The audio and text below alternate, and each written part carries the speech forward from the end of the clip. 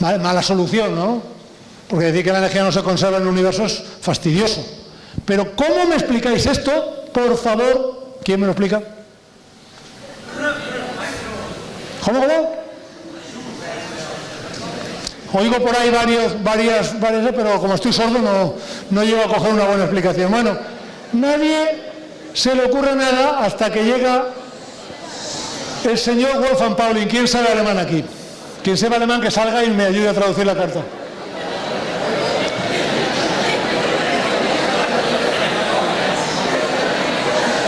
Fijaros lo que pasa. Llega el señor Wolfgang Pauli, que era un catedrático alemán. Vamos a ver, todavía hoy es así, pero en 1900 la jerarquía de las... Vosotros sabéis que Rainer Maria Rilke escribió unos libros maravillosos de poesía, entre ellos os los recomiendo, las elegías de Duino, ¿vale? En la que habla de las jerarquías de los ángeles. Se refiere a los escritos medievales donde se organizaban todas las jerarquías de los ángeles, y aquí está Dios, aquí están los arcángeles, los ángeles, y los iba bajando. En las jerarquías celestiales, ¿vale?, están los ángeles, los arcángeles, los tronos, las glorias, Dios y los catedráticos alemanes. ¿Vale? Ser un catedrático alemán es el nada más. Y por lo tanto, un catedrático alemán, cuando habla, sabe que se la está jugando. No como un catedrático español, puede decir lo que le dé la gana, más o menos. ¿Vale? Este señor era catedrático alemán y además uno de los mejores físicos de la época. Con lo cual, tenía muy buenas razones para quedarse callado y con cara de palo y no meter la pata. Pero también era un tío muy valeroso. Y a él esto del neutrino, esto de que se perdiera la energía, no le gustaba nada. Así que decide dar con una solución, se atreve a proponer una solución. Y decide proponer esa solución en un congreso en Tübingen, está por ahí, y esto lo hace en 1930. Pero mucho cuidado. El congreso se da en Tübingen y él, en lugar de irse al congreso y explicarles a los físicos del congreso la solución que se le había ocurrido, les escribe una carta. Y la carta empieza con una frase que se ha hecho muy famosa: Liebe radioaktiv Damen und Herren. Es famosa por dos cosas. La primera, porque les dice queridos y radiactivos señores y señoras. Les llama radiactivos a los tíos. ¿Por qué les llama radiactivos? Porque en aquella época ser radiactivo molaba. ¡Molaba! La radioactividad se acababa de inventar. Se acababa de descubrir, la gente se ponía pulseras de fósforo, la gente decía que la radioactividad tenía propiedades curativas, que por cierto las tiene y muchas. Pero claro, no había centrales nucleares, no había grupos ecologistas anticentrales nucleares, no había habido Chernobyl, y te llamaban radioactivo. Vamos, era lo más molón que podía ser. Soy radioactivo, tío. Ahora, a ver a quién le llaman. No, tú que eres un radioactivo, desgraciado. Muy bien, les llama radiactivos porque les quiere halagar. Y luego les dice: me hubiera gustado venir aquí, pero la verdad es que tengo un baile. Tengo que asistir a un baile y no he podido. Vaya excusa mala. Es decir, lo que el tío que está queriendo decir es que estoy acojonado y no vengo yo, mando a mi asistente. Y eso es lo que hace. En la carta les cuenta, queridos y radiactivos señores y señoras, como el portador de estas líneas os va a explicar, he dado con un remedio desesperado. Y luego dicen que los científicos no son poetas. Ostras, remedio desesperado. Estoy tan acojonado, tan acogotado con esto de la no conservación de la energía, tan angustiado, lo paso tan mal, que he dado con un remedio desesperado para explicarlo. No dice, tengo una teoría, que no, tengo un remedio desesperado para explicar la conservación de la energía, que no os lo cuento yo, que tengo que ir a un baile, que lo cuenta mi asistente y tirarle los tomates a él. Bueno, ¿qué es lo que dice Pauli en esa famosa carta y cuál es su remedio desesperado? Lo que dice Pauli es lo siguiente. La realidad es que la idea... Perdón, ay, me he pasado de lista.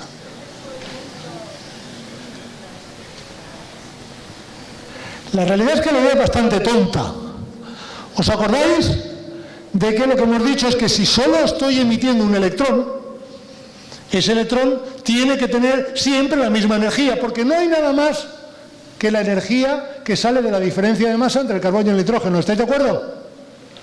Pero ¿qué pasa si emite otra partícula? Vale, ahora en lugar de un electrón emite un electrón y otra cosa. Pauli llamó a esa otra cosa el neutrón. Y dijo, a ver, esa cosa y el electrón se reparten la energía disponible. Como nosotros solo observamos el electrón, pues cuando vemos que el electrón tiene poca energía es porque el neutrón se ha llevado mucha. Cuando vemos que el electrón tiene mitad y mitad es porque se lo han repartido. Las pocas veces que el electrón tiene toda la energía es porque el neutrón no se ha llevado nada. Claro, si yo reparto la energía que hay entre dos partículas y solo veo una, ahora es muy fácil explicar por qué me está faltando energía. La energía que me falta, ¿cuál es? La que se ha llevado el neutrón. Pero claro, ahora tengo que postular que en la desintegración beta se emite una partícula que primero no tiene masa, porque la diferencia de masas entre los núcleos es tal que no queda espacio para esa partícula. Segundo, no tiene carga eléctrica. Y tercero, no la detectamos. O sea, con razón está diciendo Pauli que ha dado un remedio desesperado, porque lo que ha hecho ha sido para desnudar a un santo para vestir a otro. Ha hecho, no, sí, la energía se conserva, no os preocupéis. Emitimos un fantasma y ya está, arreglado. Así que eso es lo que él postula. Existe un fantasma. Ese fantasma se llama neutrón. Lo dice con la boquita pequeña, lo del neutrón. Y el hombre... La gente dice, pues qué idea más buena, pero pasan algunos años hasta que esta idea cuaja. De hecho, unos años más tarde, el gran físico italiano Enrico Fermi, poquitos años más tarde, le da consistencia matemática a la teoría, se hace las cuentas y demuestra que efectivamente de manera consistente el neutrino puede existir matemáticamente. El caso es que él manda la revista, su artículo a la revista Nature, y los de la revista Nature se lo rechazan. Le dicen, ¿qué gilipolleces estás escribiendo aquí, tío? Estos son chorradas.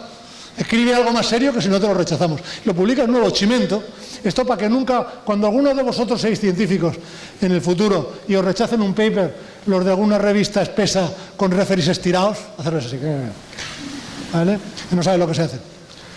Uno tiene que tener fe en lo que hace, así que Pauli siguió con cierta fe en lo que hacía, le dieron el premio Nobel al hombre. Tampoco está mal. Pero una cosa que no está mal es que Fermi rebautiza la partícula, en lugar de llamarle neutrón, le llama el pequeño neutrón, en italiano. Los italianos son muy aficionados al osino, ¿no? Cappuccino. Vale, pues neutrino. Total, la partícula se queda con un nombre, no solo es un fantasma, sino que además se queda con un nombre ridículo, neutrino, cappuccino. ¿Entendéis que mi tío el Titi no me toman en serio?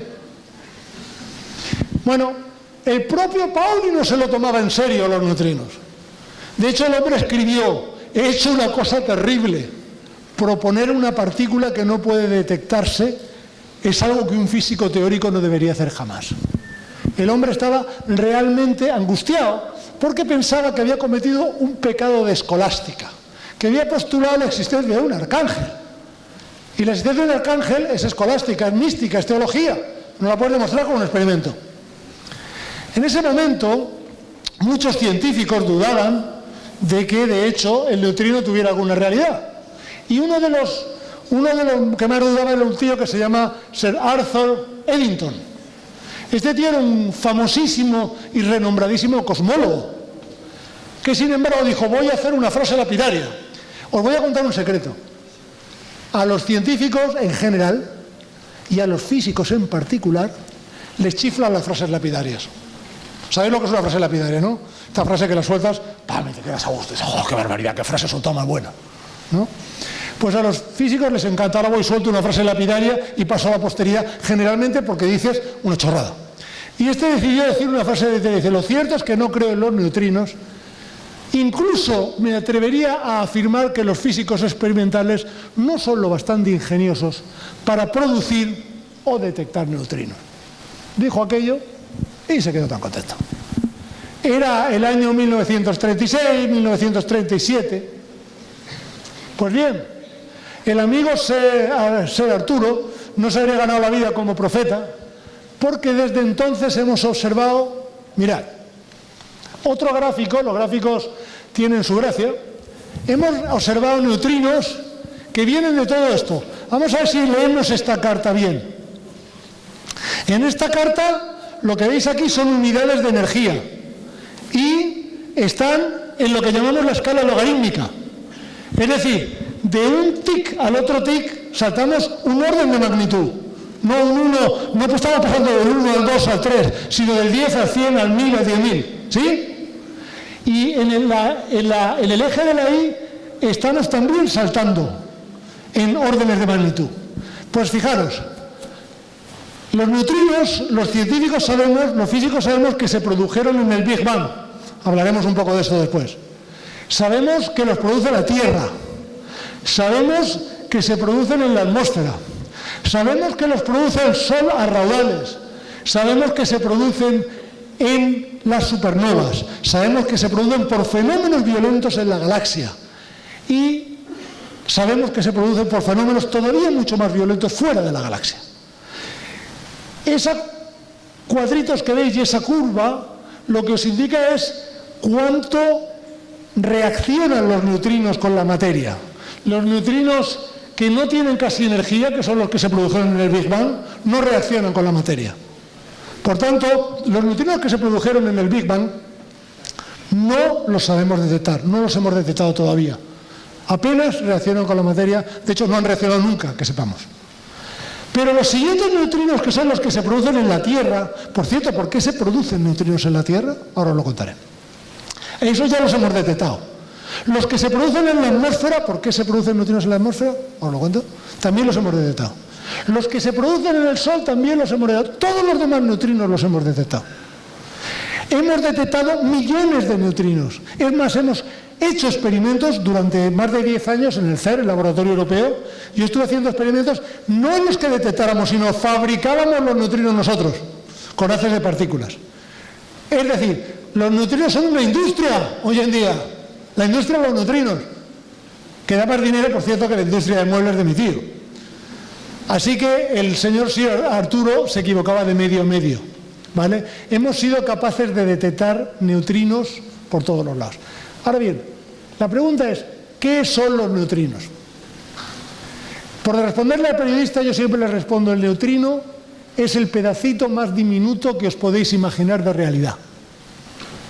Aparece siempre como consecuencia de una reacción nuclear, de una desintegración. No tiene carga. Apenas tiene masa. Tiene muy poquita masa.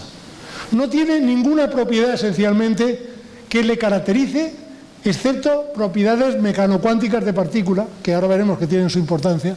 Y por tanto uno podría imaginárselo como que en la realidad hay siempre cierta tendencia, como sabéis por las leyes de la termodinámica, a mantener el equilibrio energético, pero a aumentar el desorden. Lo que se llama que la entropía aumenta. Muy bien, la desintegración de los núcleos viene a ser yo quiero aumentar el desorden, quiero llenarlo todo de basura. El electrón no es basura, porque un electrón todavía se puede ir interaccionar con un átomo, hacer cosas. Un neutrino no hace nada. Es como los núcleos se van desintegrando, las reacciones se van produciendo y en todas estas desintegraciones y procesos se produce una basurita de desechos y esos son los neutrinos. Pues hay que estar tonto y tener ganas para estudiar estas cosas, ¿no? Bueno, ¿por qué se producen los neutrinos en el Sol? Se produce porque el Sol es un reactor de fusión. La naturaleza inventó la fusión unos años antes, unos cuantos miles de millones de años antes que nosotros, los hombres. En el reactor de fusión se están uniendo continuamente 4 núcleos de hidrógeno para formar un átomo de helio. Y en el proceso se libera luz, que es la que nos calienta, y neutrinos que se producen como consecuencia de la reacción. La pregunta que os quiero hacer ahora, y esto va para examen, es ¿cuántos neutrinos atraviesan mi uña ahora? Quiero un número, a ver. ¿7 millones? ¿2? ¿2 millones? A ver. Calma. Vamos por parte, vamos a hacer una encuesta organizada. Aquí. ¿Cuántos? Dime un número. 2 millones. Por allá arriba, un número, porfa. 7 millones. 7 millones. Por allá, un número.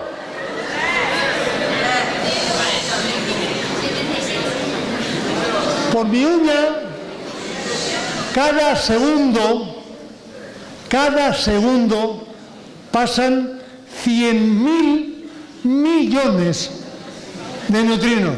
Y por la vuestra también. ¿Vale?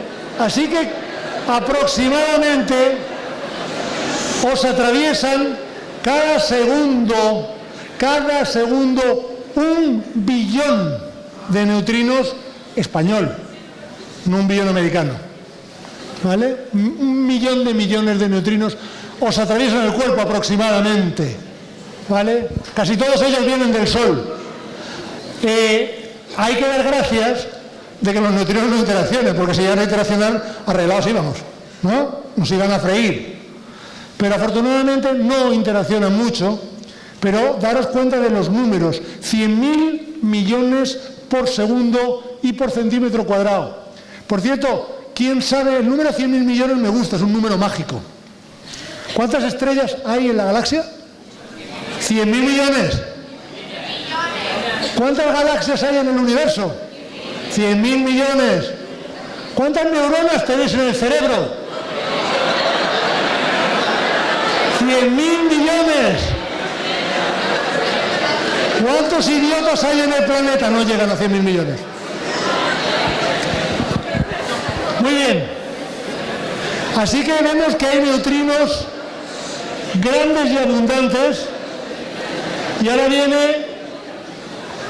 viene una de las preguntas que os tengo que hacer, y es, quiero hablar de paisaje con neutrinos, ¿vale? Entonces, primero os quiero enseñar esa foto, y quiero que me digáis qué estáis viendo. ¿Qué estáis viendo? Estáis viendo el polo sur. Estáis viendo exactamente el polo sur geográfico. Estáis en la Antártida y ese globo que veis ahí no es el Sol, es la Luna. Estamos en la noche antártica. Hace ahí fuera, exactamente esa noche que se toma la fotografía, menos 78 grados centígrados. Hace más frío que en Marte, ¿vale? En Marte, en verano, hace bastante mejor tiempo que en la Antártida en invierno, ¿vale? Está oscuro, lleva varios meses oscuro, va a estar varios meses más oscuro. Hace un frío que pela. Estamos en una planicie y la planicie está helada. Estáis andando sobre el hielo con un frío que pela, ¿vale? Y ahora preguntaros, estoy andando sobre el hielo, ¿qué hay debajo de este hielo? ¿No? Piedra. Bien. ¿A cuánto está por debajo del hielo? Ese hielo, esa piedra que está debajo de mi hielo, que es la roca de la Antártida, ¿a cuánto está? ¿100 metros por debajo de mis pies? Hombre, millones de metros no, tío. Pero unos pocos kilómetros sí, y ahora lo vamos a ver. Muy bien, estoy en la Antártida y eso que estáis viendo ahí, pues podría ser un detector de neutrinos a lo mejor o algo así. Bueno, antes de que demos más explicaciones, tenemos que pasar a la parte 2 del examen. Y la parte 2 del examen es esta.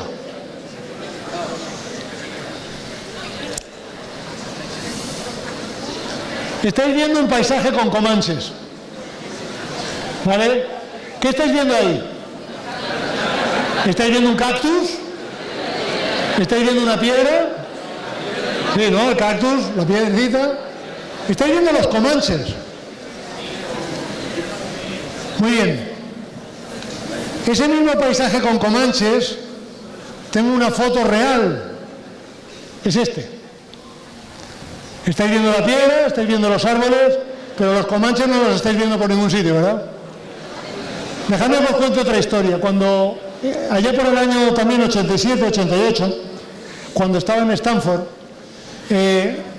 decidí que mi padre es ya retirado hace muchos años, pero es marino, como buen cartagenero. Y había estado en Estados Unidos en los años 50 y había hecho varios viajes y había atravesado el país de una costa a la otra. Así que yo a finales de los 80 decidí que iba a hacer lo mismo, pero en moto. Me compré una moto bien grande y me crucé el país entero. Y conforme lo cruzaba pasé por el desierto pintado que está en Arizona. En el desierto pintado me hice un amigo de un indio comanche que tenía una furgoneta en la que vendía souvenirs varios a los turistas, se ganaba muy bien la vida. El hombre tenía un doctorado en psicología, pero ganaba bastante más dinero vendiéndole collarines y piedras sagradas a los turistas que dando clases de psicólogo, ¿no? Y este hombre me regaló el cuadro que habéis visto antes, el cactus y la piedra, y el título. Lo que es importante de ese cuadro es el título, Paisaje con Comanches. Porque lo que es bonito de ese cuadro o de ese paisaje es que los comanches son invisibles. Es una manera de decirte que los comanches eran los hombres más sigilosos de la tierra. Podía haber 100 comanches escondidos detrás de la piedrecita y otros 100 escondidos detrás del cactus. Tú no los ibas a ver nunca. Lo que es maravilloso del cuadro Paisaje con Comanches es que la presencia de los comanches está implícita. No están, no se ven, se saben. Muy bien. Cuando os he mostrado antes el paisaje con neutrinos, había un truco. Esto que estáis viendo es el paisaje, es el equivalente a la piedra y al árbol. Y ahora vamos a ver dónde están los comanches. El detector de neutrinos está... Esto que estáis viendo ahí, ese edificio de ahí, es el edificio externo, es el laboratorio. Es donde la gente vive, donde tienes la electrónica. En esta zona de ahí está el hielo y ahora, a lo largo de 3 kilómetros, lo único que hay es hielo hasta que llegamos a la roca de la Antártida. Ahora los científicos han construido un detector consistente en poner cables de 3 kilómetros de largo de los que colgamos sensores ópticos. Para que os hagáis la idea de la escala, esto es la Torre Eiffel. Una Torre Eiffel, 2, 3, 4, 5, 6, 7, 8, 9, 10. ¿Vale? Eso sí que es un detector y lo demás son tonterías. ¿Vale? Eso sí que es una catedral y lo demás son tonterías. Y esto, cada uno de esos cables que os cuento, llevan un sensor como este. Ese sensor es como una bola enorme que os la podéis imaginar como una bombilla al revés. ¿Una bombilla qué hace? Yo le pongo un poquito de corriente y ¿qué me sale? Luz. Pues en un sensor óptico, en la oscuridad absoluta, recibe un poquito de luz y ¿qué me da? Un poco de corriente. Entonces, ¿cómo funciona el experimento Ice Cube del Polo Sur? Que es el que he seleccionado para enseñaros una de las maravillas de los neutrinos. Funciona así. Vamos a primero contar cómo funciona.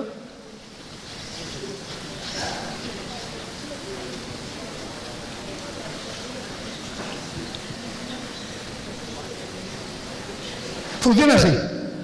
Tenemos estos cables enormes que os podéis imaginar con un sensor óptico cada ratito. Imaginároslo, ¿os imagináis un racimo de uvas colgando, un racimo de uvas enorme, donde las uvas son los sensores ópticos, ¿vale?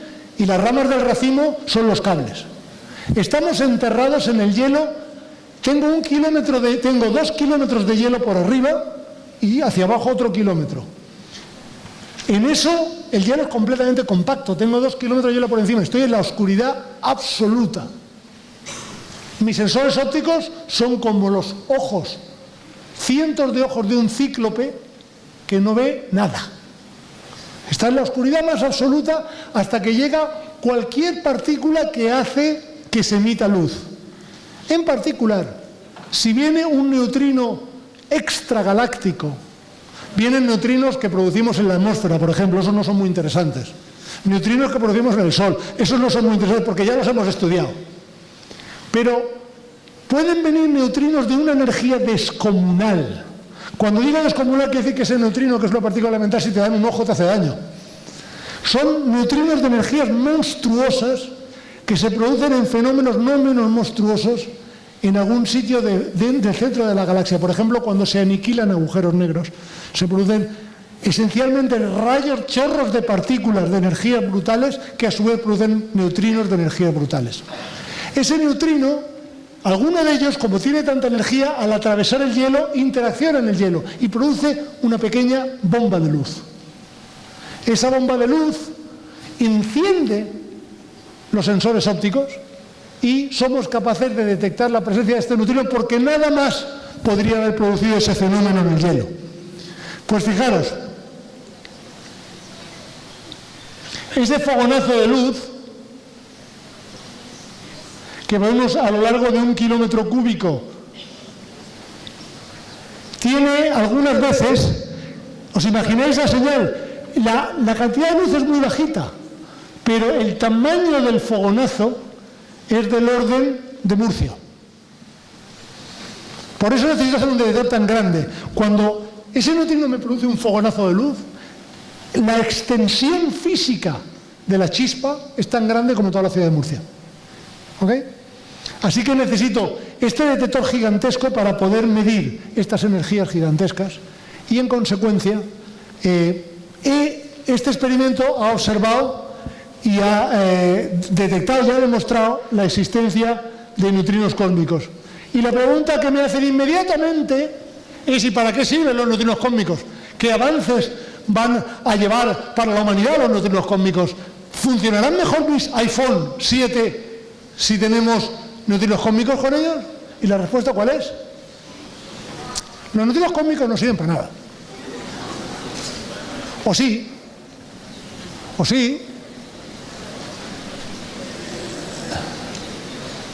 Desde luego no sirven para explorar el universo, porque los neutrinos, si os dais cuenta, tienen información que nadie más tiene. Por ejemplo, cuando tenemos esta aniquilación brutal de agujeros negros en el centro de la galaxia o en otra galaxia cercana, todas las partículas cargadas que emiten o incluso la luz no nos llegan directamente, porque el universo es opaco a estas partículas, las para, las frena, las tuerce.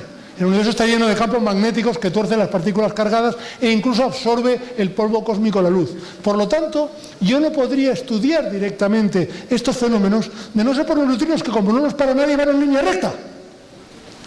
Eso quiere decir que una de las utilidades es que me dicen, me muestran, me revelan que el universo es algo mucho más grande, bonito y misterioso que el Congreso de los Diputados español, afortunadamente. ¿Vale? Otra cosa para lo que me sirven los neutrinos podría ser para hablar con la galaxia. Anda. ¿Alguien me explica cómo nos explicamos? A ver, ¿hay extraterrestres, tíos? ¿Qué opináis? ¿Sí o no? A ver, los del sí, que levanten la mano. Los del no. Ganan los del sí. Ganan los del sí, por lo tanto estamos a favor de la existencia de ET por decisión democrática. No fastidiemos. ¿Vale? Señorías, cállense. Si en la galaxia tenemos civilizaciones inteligentes, y si esas civilizaciones están tecnológicamente avanzadas, ¿cómo narices no las hemos escuchado todavía? Porque estas civilizaciones deberían... Imaginaros que vosotros sois, que ahora somos una civilización inteligente, pero en lugar de estar aquí estamos en Alfa de Centauri, en la estrella esta cercanita. Sabéis que en Alfa de Centauri, que está a 4 años luz, se ha detectado un planeta, uno de los nuevos planetas que probablemente es habitable, que es un tipo Tierra. Aquí al lado. Imaginar que somos una civilización inteligente. Naturalmente, como somos inteligentes, ponemos nuestras antenas a buscar señales de otras civilizaciones, como nosotros llevamos haciendo desde hace más de 50 años. Lo primero que detectamos es que de la dirección del Sol y de la Tierra viene el programa Gran Hermano. Decimos, Dios mío, estamos perdidos. ¿Vale? Sin embargo, nosotros todavía no hemos detectado ni el Gran Hermano, ni Sálvame, ni nada, viniendo de Alfa de Centauri, ni de ningún otro lado de la galaxia. Y eso es lo que se llama la paradoja de Fermi. La paradoja de Fermi es, si existen civilizaciones como la nuestra, y nosotros somos evidentemente unos charlatanes, que no paramos de hablar y de emitir ondas de radio y ondas de televisión, que por cierto no nos dejan muy bien, al espacio exterior, esas civilizaciones probablemente deberían hacer lo mismo. No todas, quizá. Quizá haya una civilización por ahí hecha de ballenas inteligentes que están todo el día cantando y pasando de todo. Pero seguramente habría civilizaciones tecnológicas que deberían estar emitiendo ondas de radio y esas ondas de radio no las emiten, no las detectamos. ¿Por qué no? ¿Qué está pasando? Bueno, hay varias teorías para explicarnos esto. Y una de esas teorías dice, mirad, la galaxia, de hecho hay dos teorías, y una está muy bien y la otra da un poco de miedo. Os voy a contar primero la buena. La buena dice que la galaxia es un club, ¿vale? Las civilizaciones avanzadas muy pronto se dan cuenta que no hay que interferir con el desarrollo de civilizaciones así un poco borriquillas, que están todavía intentando aprender lo que vale un peine, por ejemplo la nuestra, ¿no? Que todavía emite Gran Hermano. Entonces, ellas detectan nuestras emisiones de radio y televisión, comprenden que somos completamente adolescentes y dicen, no, esto cuando crezcan ya hablaremos con ellos. Y la razón por la que no nos han visitado aún es porque estamos en el centro del zoológico, los tíos están allí, no, pues esto de la Tierra no va mal, un poco burros todavía y tal. Ya no se tiran bombas atómicas, pero todavía dan la brasa y tal. Ya les hablaremos dentro de 2 o 3 mil años cuando estén mejor. Pero ¿por qué no les escuchamos a ellos? Porque se comunican en bandas diferentes, no utilizan las ondas de radio para comunicarse, ¿vale? Una forma inteligente de comunicarse es usar banda de neutrinos. Si tú eres capaz de hacer un acelerador que te mande haces súper intensos de neutrinos a detectores súper grandes, puedes estar manteniendo comunicaciones punto a punto, P2P, entre civilizaciones que son ininterferibles por ninguna otra. Luego, una de las explicaciones bonitas de la paradoja de Fermi es que la galaxia, en realidad, es un club. Está todo lleno de civilizaciones, forman un club súper avanzado, se comunican en bandas alternativas, una banda posible, la de los neutrinos, y a los borricos, que estamos fuera del club, pues cuando crezcamos y dejamos de hacer el bestia, pues ya nos hablarán y ya nos meterán en el club. Esa es la explicación, por cierto, tranquilizadora. Hay otra un poco más preocupante. La otra explicación es que la galaxia es un sitio verdaderamente salvaje, lleno de civilizaciones depredadoras, que han decidido que lo mejor que pueden hacer en la galaxia es estar ellas solitas y que se aparece otro, ¡pum!, nos lo cargamos. Entonces, las civilizaciones que sobreviven son civilizaciones inteligentes que se comunican entre ellas de manera indetectable, por ejemplo en banda de neutrinos. ¿Y qué les pasa a las civilizaciones charlatanas que le dicen a todo el mundo, estoy aquí, que estoy aquí? Os lo imagináis, ¿no? Esperemos que esta teoría no sea la buena.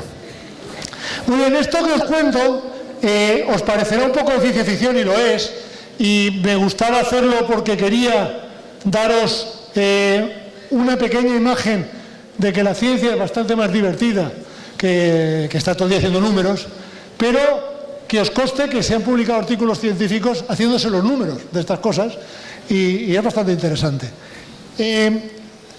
Tengo que ir un poco deprisa para la segunda parte de mi charla.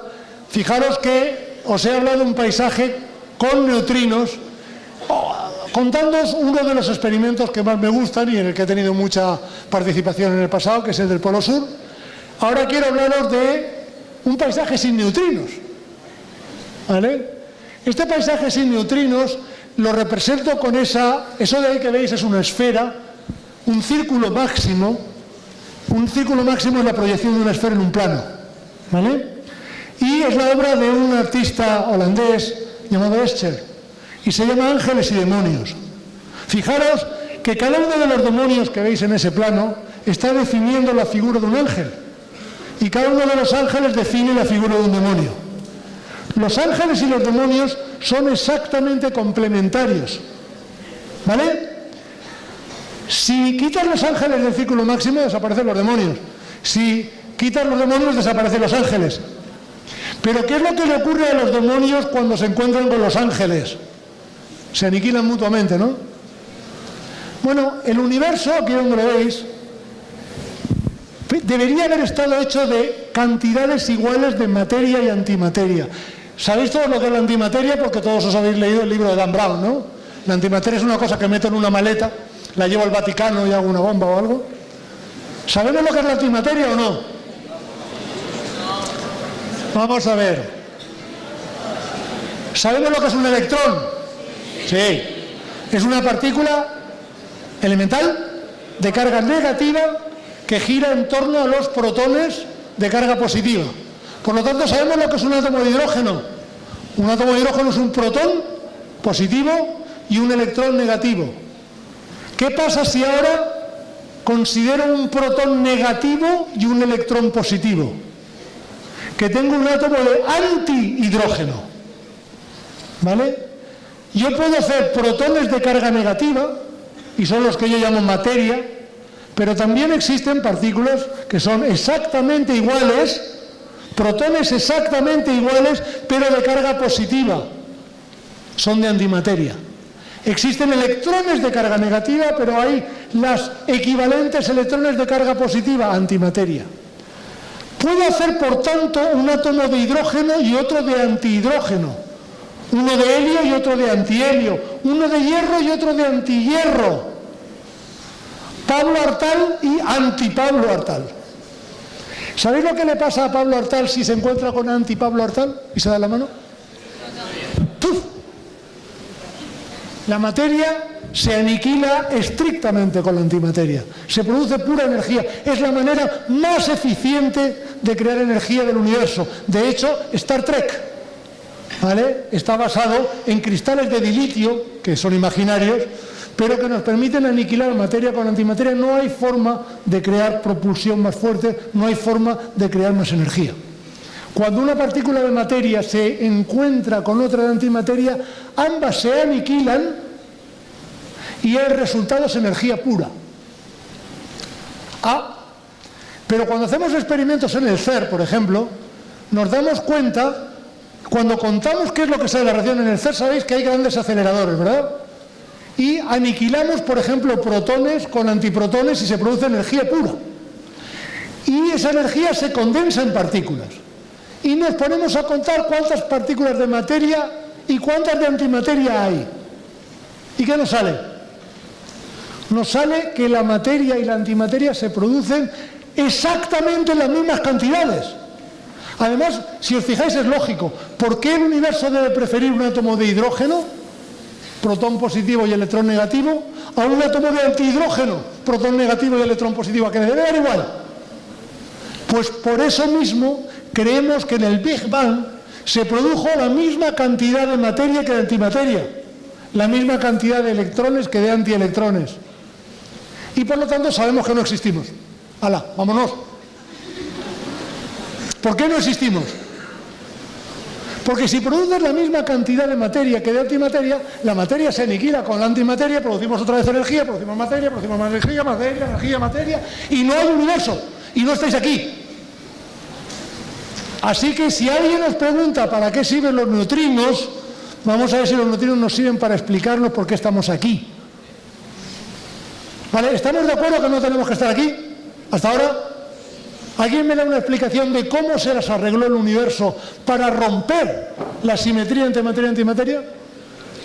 Dijo Dios, pues que haya un poco más de materia. En lugar de decir, hágase la luz. Bueno, fue algo parecido. Lo que Dios dijo fue, hágase el neutrino. En el universo primitivo creemos que se produce una partícula muy especial, un primo remoto del neutrino, que tiene la particularidad de ser a la vez materia y antimateria. Fijaros, la materia y la antimateria siempre tienen muy claros quién son como en España. En España ahora sabéis que el caso de la materia y antimateria en España es claro, ¿no? O eres del Madrid o eres de Barça. Y esencialmente no hay nada en medio. Creo que habrá alguno que sea del Murcia, pero... Vamos a ver. Si eres de materia y eres electrón, carga negativa.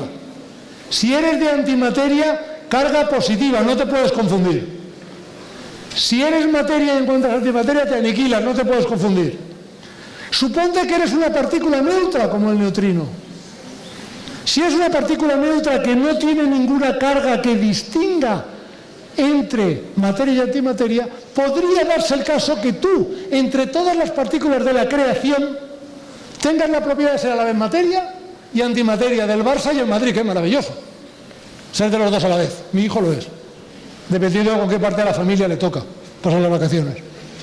Bueno, un neutrino que sea a la vez materia y antimateria se puede desintegrar a materia y también se puede desintegrar a antimateria. Y supongamos que este agente doble, este espía que Dios mete en la parte inicial de la creación, tiene una agenda oculta y se desintegra un poquito más a materia que a antimateria. En todo lo que pasa en el universo es lo siguiente: toda la materia se aniquila contra toda la antimateria, se muere todo el mundo en la película. Solo se escapa el pequeño exceso de materia que introduce la desintegración de ese neutrino primigenio. Y ese pequeño exceso es el universo que estamos viendo ahora. ¿Ok? Veis que la explicación no es ninguna tontería. Me salto todas estas transparencias que cuentan lo que ya os he contado.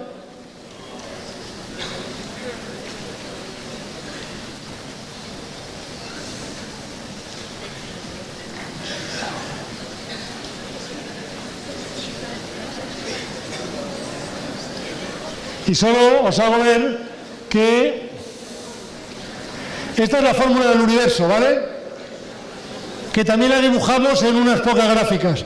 Por un lado viene el neutrino, que es su propia antipartícula. Por el otro lado puede desintegrarse materia y antimateria. Por el otro lado tenemos una pequeña asimetría, el pajarito en esa bombilla simétrica que favorece un poquito de materia sobre la antimateria. Y acabamos 15.000 millones de años después con un universo que tendría que haber estado lleno de materia y antimateria, pero que lo que está es lleno de materia viva. Muy bien, el experimento NEXT, que es el que dirigimos en Canfranc, lo que quiere hacer es observar la desintegración doble beta sin neutrinos. Mirad, lo vamos a contar de manera muy rápida porque se está haciendo tarde. Pero recordad que hemos hablado de la desintegración beta al principio de la charla, ¿verdad? Un átomo radiactivo se desintegra a otro y emite un electrón y un neutrino.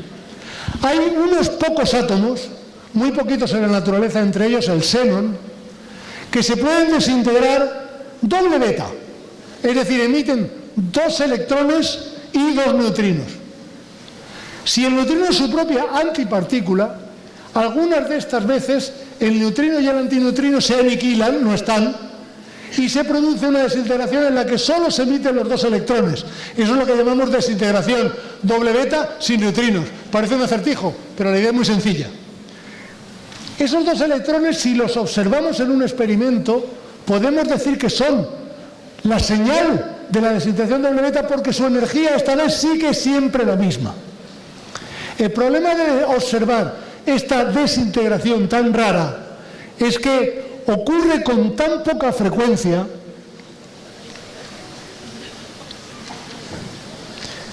porque la Tierra es un planeta extremadamente radiactivo, por cierto, que el equivalente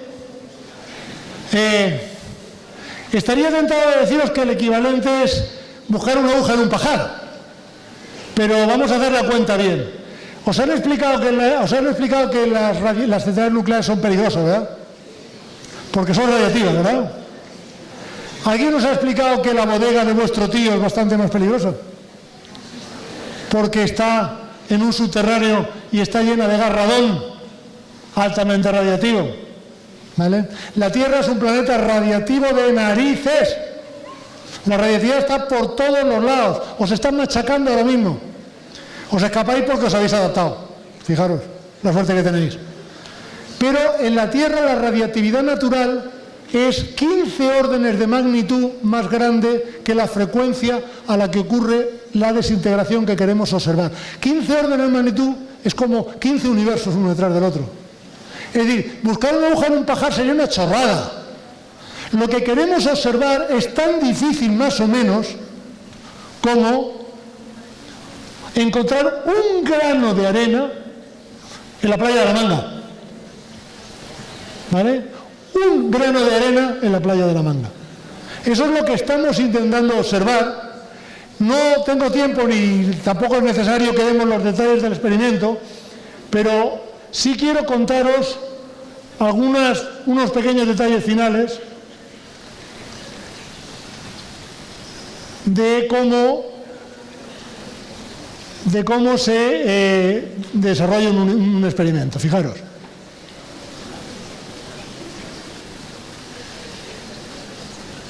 Todo empieza así. Empieza en una idea que eso que estáis viendo es un diagrama ya pasado a limpio. Pero la primera vez que el experimento toma vida cuando hay unos cuantos tíos hablando en una cafetería y hacen un dibujo en una servilleta. ¿Vale? Oye, podríamos construir un detector que sea una cámara de acero titanio, metemos gas xenón que se puede desintegrar doble vez adentro, metemos sensores ópticos y hacen unos cuantos rayotes en una servilleta. Se les ocurre que la idea es buena, empiezan a trabajar en ello y 5 años después tienen esto.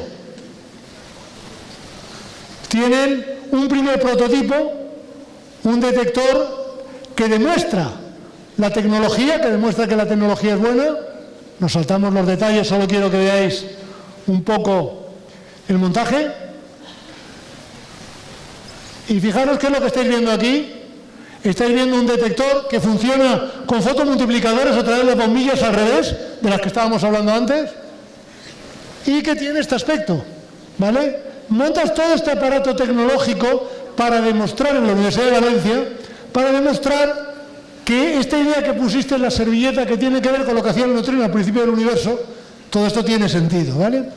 Si le das otros 5 años después de esto, lo que tienes es, ya no tienes este pequeño detector en la Universidad de Valencia, ahora tienes el laboratorio subterráneo de Canfranc, este bellísimo detector que estáis viendo aquí, que lo que estáis viendo aquí, esos círculos, son las ventanas que tapan los fotomultiplicadores que ven la luz. Y esa que la foto no nos la enseña, veis esta cosa blanca, que creo que no se ve el detalle, está todo ello lleno de sensores ópticos. Si os fijáis, lo que estamos viendo es una cámara enorme, totalmente oscura.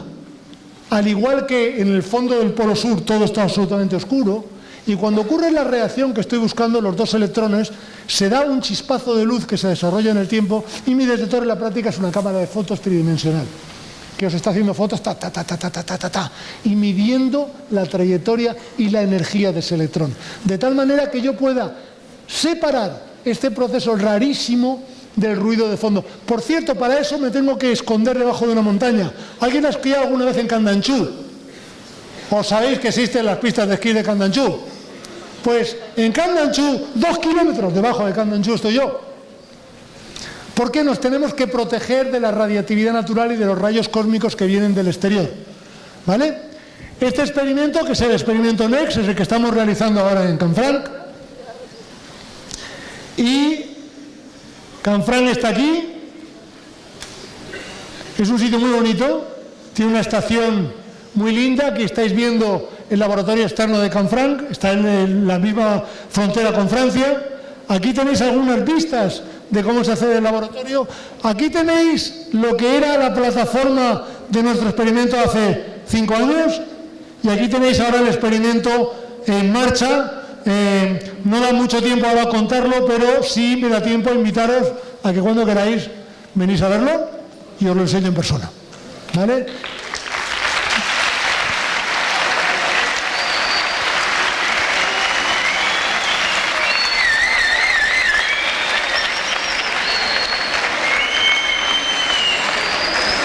Quiero acabar la charla con una pequeña peliculita,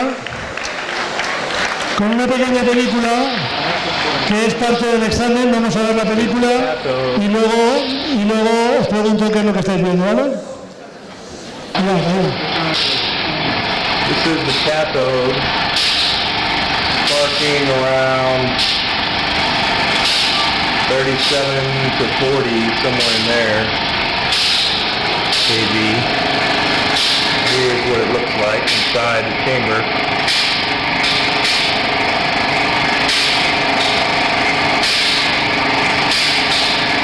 So in the foreground is the cathode.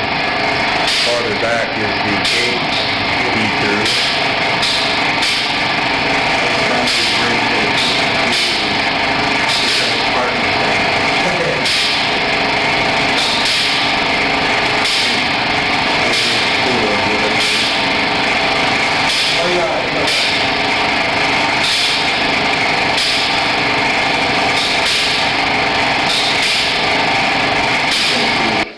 ¿Sabéis lo que estáis viendo? Cuando construimos la primera cámara, el primer detector que llamamos Next Demo, la primera cámara de presión, esta tecnología jamás nadie en la vida había hecho esto. Nadie tenía ni puñetera idea de cómo se podía hacer este tipo de detectores.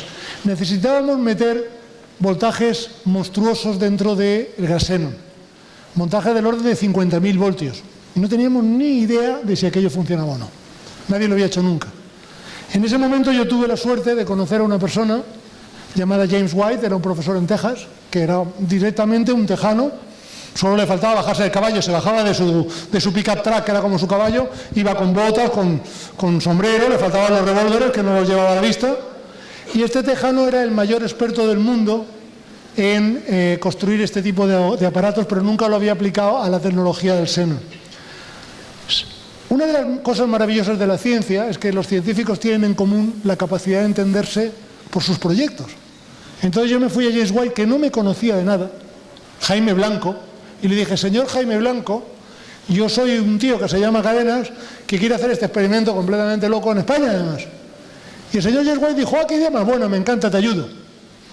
Se vino, pasamos varios meses juntos en el IFIC, en Valencia, y en particular hicimos este experimento que grabamos, en el que lo que hicimos fue, lo que habéis estado viendo eran las chispas, metimos el voltaje en el interior de la cámara. Habéis estado viendo los chispazos a 50.000 voltios que estábamos pegando para ver si el detector resistía eléctricamente los campos que les poníamos. Cada vez que había una de estas chispas azules, se iluminaba, como habéis visto, el detector, y lo que oíais de fondo era su voz, la voz de mi amigo James White, gracias al cual pudimos hacer este experimento, ¿vale?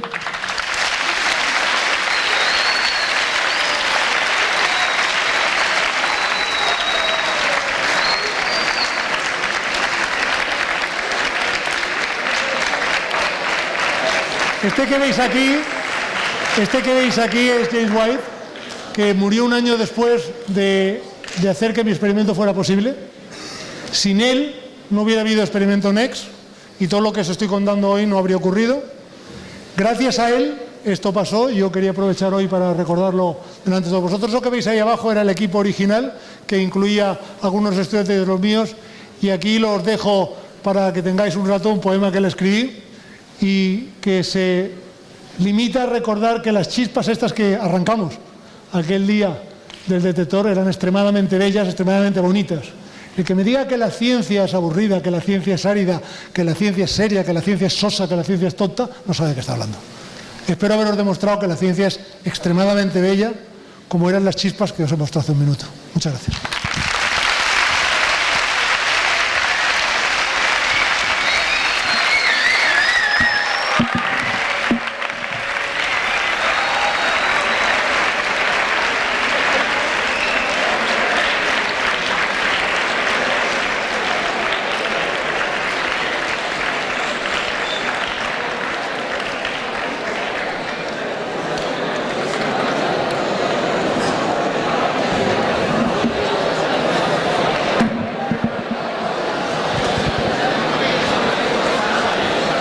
Autobuses esperando, por eso no vamos a... Bueno, parece que tenéis bastante suerte. Fina me dice que están los autobuses esperando y los conductores un poco nerviosos, con lo cual os libráis del examen. La verdad que todo se ha conjurado un poco para que el examen que os iban a hacer ahora no fuera. Ya que, gracias.